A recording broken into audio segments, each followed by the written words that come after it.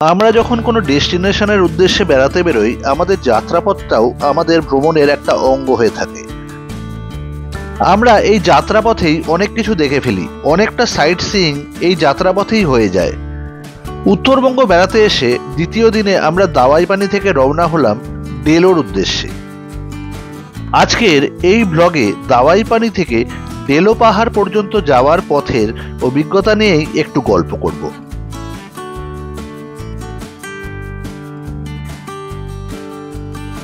ঝটিকা north Bengal সফরে এসে প্রথম দিনটা আমরা উঠেছিলাম দাওয়াইপানির আউটস্কার্টে ম্যাডিভিল বুটিক রিসোর্টে। পরদিন ব্রেকফাস্ট সেরে আমরা রওনা দিলাম ডেলো পাহাড়ের উদ্দেশ্যে। সেখানে আমাদের বুকিং রয়েছে ডেলো রিট্রিট রিসোর্টে। ম্যাডিভিল রিসোর্ট থেকে বেরিয়ে কংক্রিটের রাস্তা ধরে মাঘ ঘুরতে শুরু হয়ে গেল চা বাগান। চা বাগান শেষ হতেই ছোট্ট একটা বস্তি,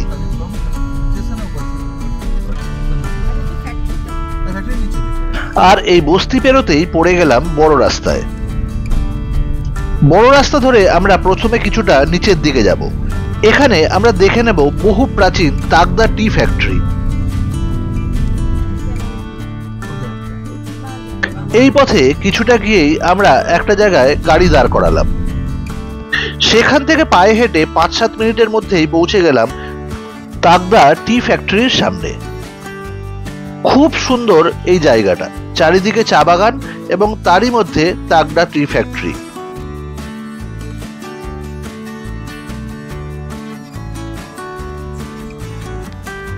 কিছুক্ষণ থাকলাম এখানে, এখানকার সৌন্দর্যটাকে ভালো করে উপভোগ করতে। এবার গাড়ি ধরে রওনা দিলাম উপরের দিকে। এই পথটা অনেকটাই চা বাগানের মধ্যে দিয়ে। চা বাগানগুলো কচি পাতায় সবুজ হয়ে রয়েছে। একদিকে সবুজ চা বাগান, আবার আকাশটাও নীল, ভারী সুন্দর লাগছে জায়গাটা।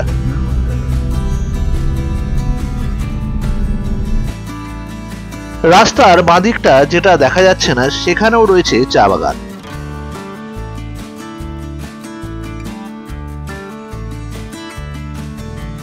রাস্তাটা এত ভালো, মাখনের মতো চলেছে আমাদের গাড়ি।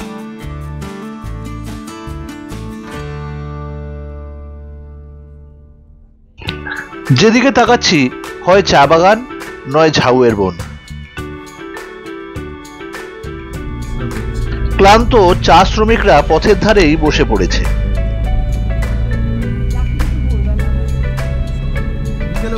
চা বাগান পার করে ঢুকে পড়লাম ঝাউয়ের বনের মধ্যে।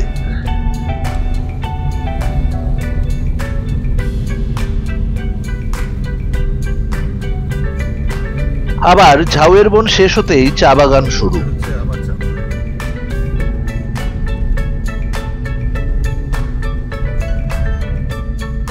কিছুক্ষণ চলার পর পৌঁছে গেলাম আরেক টুরিস্ট ডেস্টিনেশন লামাহাটায়। বছর 5 আগে লামাহাটায় থেকেছি, ভারী সুন্দর জায়গাটা। এখন যেন আরো বেশি হোমস্টে হয়ে গিয়েছে এখানে, জায়গাটা আরো জমজমাট হয়ে উঠেছে।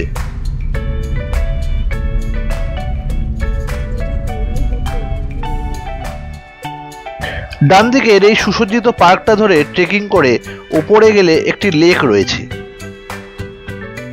আমরা গতবার এই লেক পর্যন্ত ট্রেকিং করে উঠেছিলাম।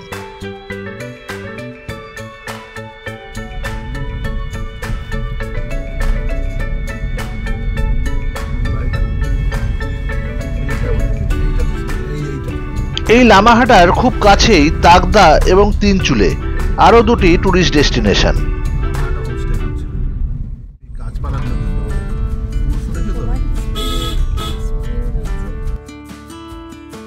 লামাহাটা এখন দুদিকে অনেকটাই এক্সপ্যান্ড করেছে।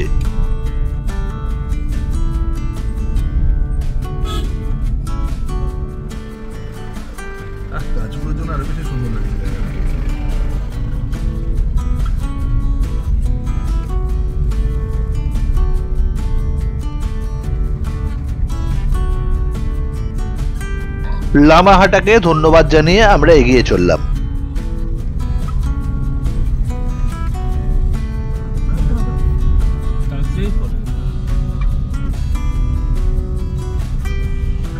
আবার শুরু হয়ে গেল চা বাগান। যেখানেই চা বাগান সেখানেই প্রকৃতি অপরূপ।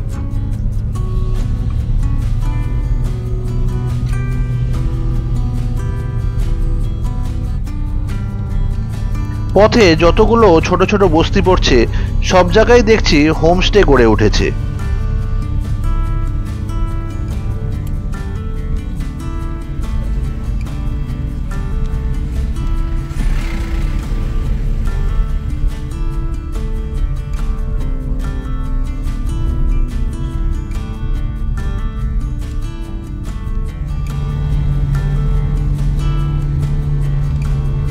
যে রাস্তাটা উপরে উঠে যাচ্ছে সেটা যাচ্ছে গার্লাং স্টেডিয়ামে।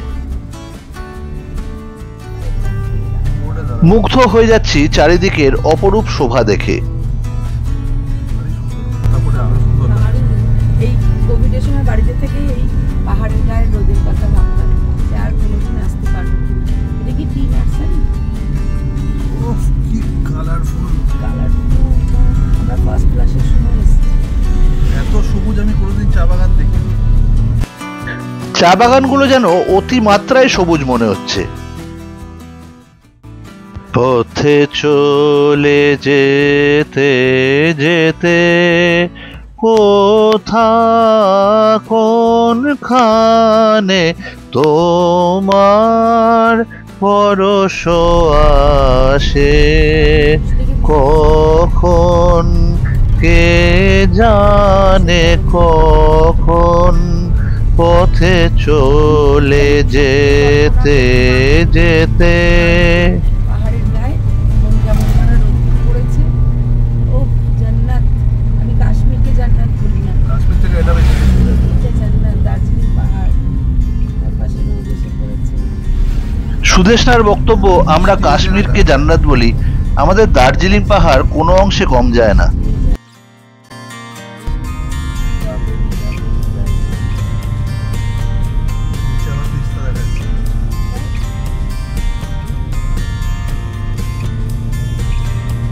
বেশ কিছুক্ষণ চলার পর আমরা থামলাম টি ব্রেকে। জায়গাটা একটা ভিউ পয়েন্ট।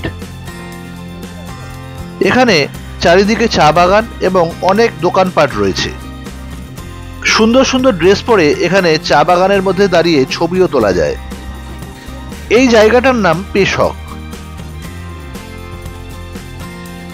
এখানকার যে চা বাগানগুলো সেগুলো স্মল ট্রি গ্রোয়াররা অর্গানিক ফার্টিলাইজার দিয়ে এই চা বাগানগুলোকে মেনটেন করে।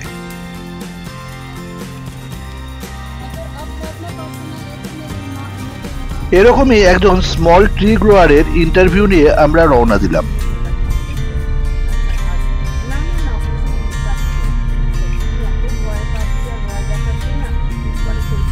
চা বাগান পেরিয়ে এবার আমরা চলেছি জঙ্গলের পথে।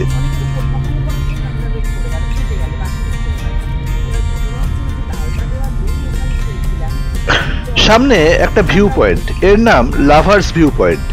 এখান থেকে নিচে তিস্তা নদী খুব সুন্দর দেখা যায়। লাভার্স ভিউ পয়েন্ট পার করে আবার জঙ্গলের পথেই এগোতে লাগলাম। আমরা পাহাড় থেকে নিচের দিকে নামছি। একটু বেশি লাগবে কোনো ফ্যাক্টর না, কত গিয়ারে লাগাইছো। ড্রাইভার জানালো এই জঙ্গলে নাকি লেপার্ড আছে। লেপার্ড প্লাস আবার চা বাগান, মানে বাচ্চা বাড়ার আইডিয়াল জায়গা। সামনের চা বাগানে বোর্ডে লেখা পেশক টি। গাড়ি আসলে আধা ঘন্টার মতন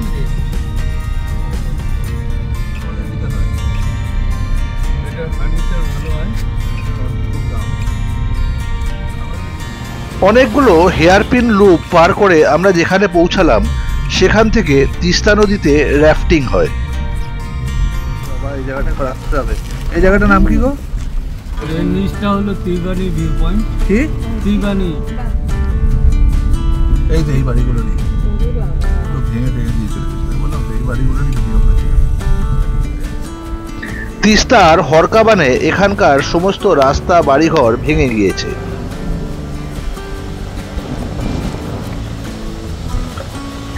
এই পথে যান চলাচল বেশ রেস্ট্রিক্টেড। ওপারের পাহাড়টাকেও দেখলে বোঝা যাচ্ছে কতটা ডিস্ট্রাকশন হয়েছে।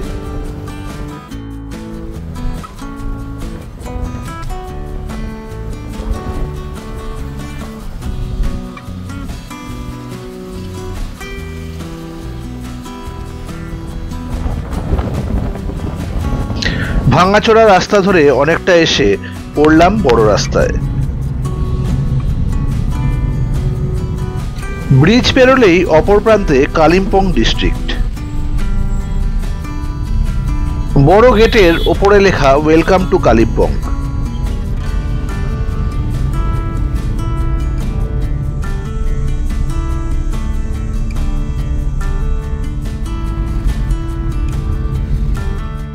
কালিম্পং শহরে আমরা প্রবেশ করছি।